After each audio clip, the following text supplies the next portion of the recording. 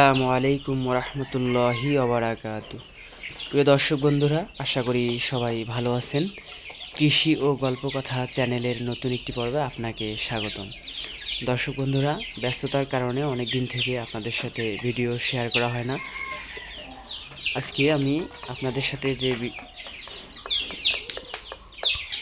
বিষয়গুলো শেয়ার করব সেটি হচ্ছে মুরগির বাচ্চা ব্রুডিং পদ্ধতি এবং তাপ কীরকম রাখতে হয়, খাবার কী কী দেই, মেডিসিন কী কী দেই, এই বিষয়গুলো একটু ধারণা দেওয়ার চেষ্টা করব। আশা করি শুরু থেকে শেষ পর্যন্ত ভিডিওটি দেখবেন। আমার চ্যানেলে যদি নতুন দর্শক হয়ে থাকেন, চ্যানেলটি অবশ্যই সাবস্ক্রাইব করবেন। ভিডিওতে দেখতে পাচ্ছেন এগুলো হচ্ছে মিশরীয় ফাউমি মুরগি এবং কিছু টাইগার মুরগির বাচ্চা আছে। এগুলোর বয়স আজকে 16 দিন। এগুলোকে খাবার হিসেবে আমি দিচ্ছি ব্রয়লার স্টার্টার খাবার, এবং এগুলো যখন ছোট ছিল সে সময় আমি তাপ রাখার চেষ্টা করছি 95 ডিগ্রি ফারেনহাইট। পর্যায়ক্রমে প্রতি সপ্তাহে 5 ডিগ্রি ফারেনহাইট করে কমায় নিয়ে আসছি। দেখতে পাচ্ছেন এখানে 3টি লাইট আছে, এখানে রোদ উঠছে, আবহাওয়া একটু গরম আছে, তাই 2টি লাইট অফ আছে, একটি লাইট অন আছে। যেহেতু এখন শীতের সময়, তাই এই বাচ্চাগুলোকে আমি 21 দিন ব্রুডিং করব। আজকে হচ্ছে এদের বয়স 16 দিন।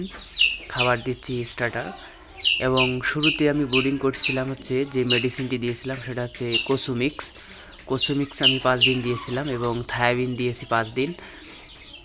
জিঙ্ক আমি দিয়েছি হচ্ছে 3 দিন, এবং 12 দিন যখন বয়স তখন আমি ডাইরোভেট দিয়েছিলাম যেন মুরগিগুলোর আমাশার সমস্যা না হয়, এবং ভ্যাকসিন 7 দিন বয়সে একটি রানীক্ষেতের করা হয়েছে। 21 দিনে আবার আরেকটি বুস্টার ডোজ করানো হবে। যেহেতু বর্তমান শীতের সময়, তাই তাপমাত্রার বিষয়টার দিকে একটু বেশি নজর দিতে হবে যেন বাচ্চাগুলো ঠান্ডা না খায়, এবং ব্রুডিংয়ে সবসময় পানির পাত্র পরিষ্কার রাখতে হবে, পানি যেন ময়লা না হয়। সবসময় পরিষ্কার পানি প্রদান করতে হবে বাচ্চাগুলোকে। এবং তাপ ব্রুডিংয়ে বেশি আছে না কম আছে এগুলো বোঝার উপায় হচ্ছে বাচ্চাগুলো তাপ স্বাভাবিক থাকলে স্বাভাবিকভাবে ওরা চলাফেরা করবে, খাবার খাবে, এবং তাপ যদি কম থাকে তারা দেখতে পাচ্ছেন একটু তাপ মনে হয় লাইট আমি এটা একটু উঠাই দিলাম, তাই তাপ কম হয়েছে। তাই দেখেন এখানে এখন তারা দলা জড়ো পাকাচ্ছে, যেহেতু তাপ একটু কমে গেছে তাই জড়ো পাকাচ্ছে। আর যখন তাপ স্বাভাবিক থাকবে তখন ওরা সরিয়ে ছিটিয়ে থাকবে, স্বাভাবিক খাবার খাবে, পানি খাবে।